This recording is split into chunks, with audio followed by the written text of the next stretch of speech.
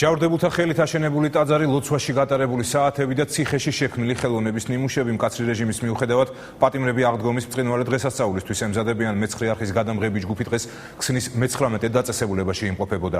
მსჯავრდებულთა საცხოვრებელი პირობები და შრომაში ნაპოვნი თავისუფლება. ექსკლუზიური კადრები დახურული ზონიდან ნახეთ სოფო ზედელაშვილის რეპორტაჟში. ესაა ჩვენი საცხოვრებელი კელია სენაკი. რამდენი ხანია რაც აქ ცხოვრობთ? 5 წელია უკვე აქ ვცხოვრობთ.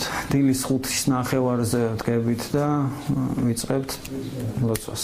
უკვე მე-6 წელია მიშა ქსნის 19 დაწესებულებაში იხდის სასჯელს. ამ ხნის განმავლობაში რამდენიმე სხვა მსჯავრდებულთან ერთად ხეზე კვეთის ხელოვნებას დაეუფლა და პატიმრების ხელით აგებულ ტაძართან პატარა სენაკში ცხოვრობს. ქსნის სამკურნალო დაწესებულებაში მდებარე ეკლესია მთლიანად პატიმრების ნამუშევრებით არის გაწყობილი. ყველაფერი, რასაც ხედავთ, ამ ტაძარში არის პატიმრების მიერ გაკეთებული და ჩვენი ხელით გაკეთებული. მუდმივად აქ ვიმყოფებით, მუშაობთ, ლოცულობთ. ქსნის დაწესებულების პატიმართა საქმიანობა მხოლოდ ხეზე კვეთით არ შემოიფარგლება. მეცხრე არხის გადამღებმა ჯგუფმა ერთ-ერთი მსჯავრდებულისგან საჩუქარიც მიიღო. დაწესებულების სახელოსნოში სამუშაოდ აღდგომის წინა დღეებში სასჯელ აღსრულების მინისტრის მოადგილეც მივიდა. მე ჩემთვის სწავლე ბავშვობაში სხვებს უყურებდი და არც მაგარი პროფესიონალი ვარ, მაგრამ ასე თუ ისე გამომდის რაღაც 4-ზე მეტი ხატი არის გაკეთებული ამ სახელოსნოში, როგორც მითხრეს და არის ძალიან ძვირფასი ნაშრომები. სანამ ხის განჯვრის გამოთვლას დაასრულებს, არჩილ თალაკვაძე სამინისტროს გეგმებზე საუბრობს. იმის გარდა რა თქვა, ადამიანებს ჰქონდეთ რაღაც ნორმალური საცხოვრებელი პირობები, ნორმალური კვება, ნორმალური მოპყრობა, ამის გარდა მათი რაღაც ყოველი დღე იყოს შინაარსით დატვირთული. უცვლელი დღის რეჟიმის მიუხედავად დაწესებულებაში სააღდგომო სამზადისი მაინც იგრძნობა.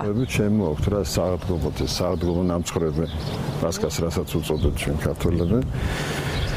შემოაქვთ კვერცხი, რომელიც იღებება ეხლაც უკვე ჩვენს სასადილოში. ამასთან ერთად ჩვენ ამ ამანათების გადაცემის საშუალებას ვაძლევთ როგორც დღეს, ასევე ხვალაც, მიუხედავად იმისა, რომ დასვენების დღეებია. ნახოთ რა ხდება სასადილოში. კი ბატონო.